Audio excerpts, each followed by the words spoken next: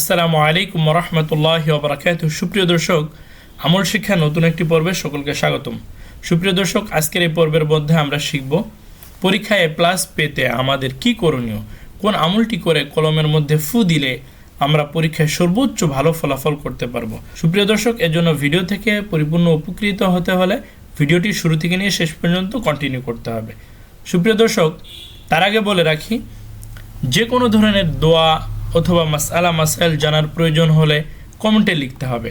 খুব দ্রুত সে বিষয়ে আমি ভিডিও দেওয়ার চেষ্টা করব ইনশাআল্লাহ। সুপ্রিয় দর্শক, আমলটি তো আমরা অবশ্যই করব, তবে আমল করার পূর্বে আমাদেরকে কিন্তু পরীক্ষার সময় আমাদের যে সময়টিকে আছে এই সময়টিকে মূল্যায়ন করতে হবে, এই সময়টিকে কাজে লাগাতে হবে, পড়াশোনাটা কন্টিনিউয়াসলি করে যেতে হবে। এর পাশাপাশি দেখা যায় যে আমরা অনেকে প্রস্তুতি নিয়েছি, পরীক্ষার হলের মধ্যে গিয়ে জানা প্রশ্ন জানা উত্তরটা ভুলে গিয়েছি। এই সমস্ত ক্ষেত্রে এই আমলটি আপনাদের জন্য কাজে দিবে। এছাড়াও আল্লাহ তাআলার পক্ষ থেকে একটি সাহায্য আপনি প্রাপ্ত হবেন, যেটা পড়েছেন আপনার মনে থাকবে। এভাবে করে কিন্তু আপনি এই আমলটির মাধ্যমে উপকৃত হবেন। আপনি মোটেই পড়াশোনা করবেন না, সময়টিকে অবহেলায় কাটিয়ে দিবেন এবং আমল করেই শুধুমাত্র এ প্লাস পেয়ে যাবেন, বিষয়টি এমন নয়। অনেকে আছে যে ভালো পড়াশোনা করার পরেও, ভালো জানার পরেও তারা এ প্লাস পাচ্ছে না। তাদের জন্য মূলত আমলটি।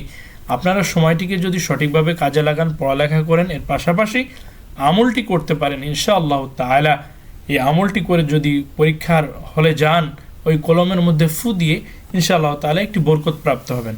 তো চলুন আমরা আজকে জেনে নিই আমলটি যেভাবে আমরা করব সেই বিষয়টি নিয়ে। সুপ্রিয় দর্শক, সর্বপ্রথম আমাদেরকে ইস্তেগফার পাঠ করতে হবে 11 বার। ইস্তেগফার বড় আছে ছোট আছে, আমরা ছোটভাবে আমরা ইস্তেগফারটি পাঠ করব। সেটি কেমন?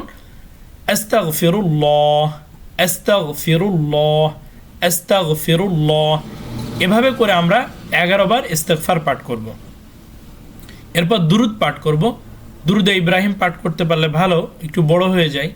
যাদের বড় দুরুদটি পড়তে সমস্যা হয়, আপনারা সাল্লাল্লাহু আলাইহি ওয়াসাল্লাম, সাল্লাল্লাহু আলাইহি ওয়াসাল্লাম।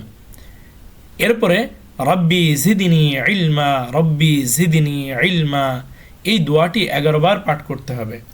এরপর আল্লাহর গুণবাচক নাম, সেটি হলো ইয়া আলিমু, ইয়া আলিমু, ইয়া আলিমু, হে সর্বজ্ঞানী। এটা 111 বার পাঠ করতে হবে এবং পুনরায় আবার আমাদেরকে দুরুদ পাঠ করতে হবে 7 বার। সাল্লাল্লাহু আলাইহি ওয়াসাল্লাম, সাল্লাল্লাহু আলাইহি ওয়াসাল্লাম।